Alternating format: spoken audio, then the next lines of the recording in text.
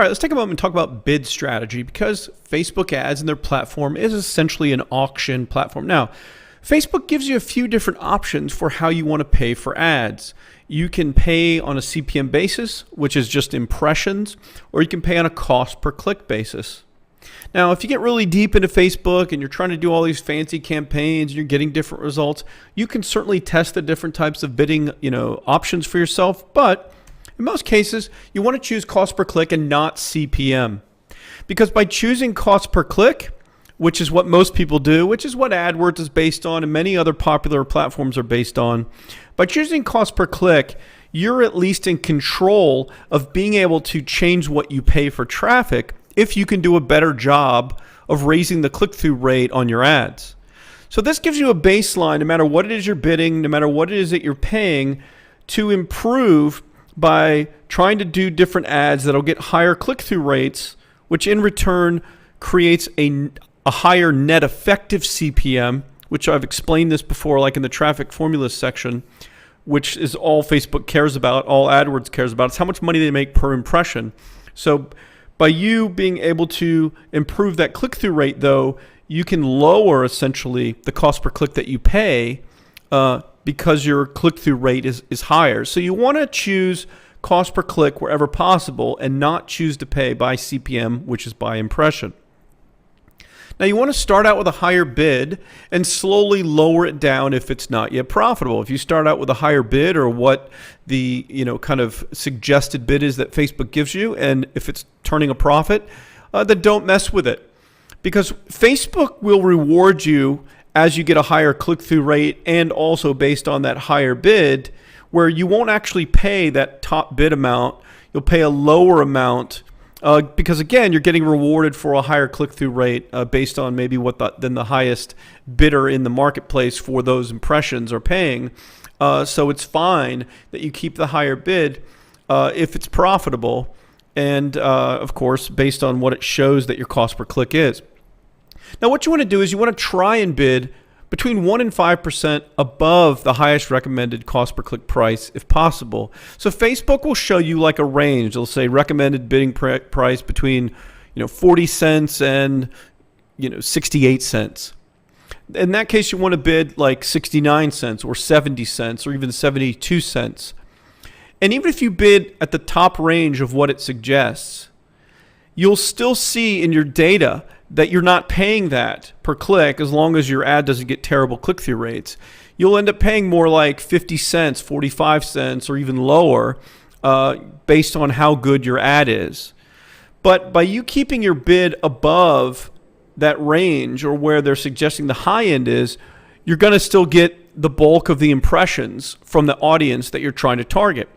If you start lowering your bids where you end up at the low range of what they suggest or even below it, your ad may not even show at all because there are other advertisers willing to pay more to reach those people.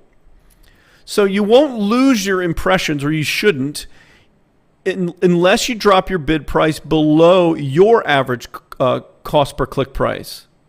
So if the suggested range is like 42 cents to 70 cents and your average cost per click price is 55 cents, as long as you don't lower your bid price below that 55, you should still be getting as many impressions as you do now. But I still think it's better to go ahead and bid at the top range, because you'll still get the 55-cent clicks because it's based on your click-through rate. But you should know, if you start walking things back down with your price, you start bringing those prices back down, it shouldn't affect your impressions unless you start getting below what it showed your average cost per click rate was. If your average cost per click rate was 55 cents and you start making your bid 50 cents, 45 cents, you're not going to get as many impressions that you were getting before, because again, it's a live dynamic auction marketplace, and whoever pays the most is going to get impression priority. And so you're going to move down the totem pole, so to speak, for your priority, and your ads might not get shown. So if you're running a campaign, you're running ads, and it is profitable, and you are bidding higher, and it shows your average cost per click, let's use that example again that says 55 cents, there's really no reason for you to try to lower your bid if it's set at 70 cents on the top range of their suggestions, but you're paying only 55. Now, if you want to lower it below 55 and try to squeeze more profit out of it, you can certainly start ratcheting down your bid, walk them back down. But just be very careful that you pay close attention to the daily impressions that you're getting, because if you start getting less and less impressions, it's because you are underpricing yourself from the market and what everyone else is willing to pay, and that's why Facebook is showing you less. Always remember, though, that losing money initially, that sacrificing early profits process, isn't a bad thing. In fact, even if you don't turn a profit on Facebook ads or on a specific campaign, and you're able, though, to find conversions, like you're able to get, this is the thing, you want to get those conversions, especially you want to get to order conversions, not just opt-ins. So if you're running a campaign, but it's losing a little bit of money, it's not getting you to profits, but it is producing sales, well, this is still very valuable. You want to note all the audience details that you can, what the demographics are, what the geographic location where those customers are coming from, all these different types of things, what the interests are, what pages they like, all those things, because if you can't profit from it in this one campaign, well, then you may, one, be able to evolve the campaign, change some of the audience settings up, change some things up, and then turn it into profits. Or two, you may be able to take that data and apply it to a different place for traffic. Maybe through Google Display AdWords, the Google Display Network, which you can find within the Google AdWords system, where you can display ads based on demographics and location and things like that, and not just keyword. And you may be able to replicate the same kind of targeted settings that you're finding that produce conversions with Facebook audiences, even though it couldn't turn a profit, but you then apply those to doing it on the Google Display Network with similar targeting, and you may find that those ads you're able to turn a profit with. Or with content syndication targeting those type of demographics like Taboola or Outbrain that we've covered in the buying media section, things like that. So all data is worth a lot, even if it's not in its own campaign profitable. It can help you move towards profitability by either optimizing the same platform. So if you run an ad on Facebook and you get it close to profits, but it's not profitable, well, then you got some work cut out for you to get it to become profitable on that platform.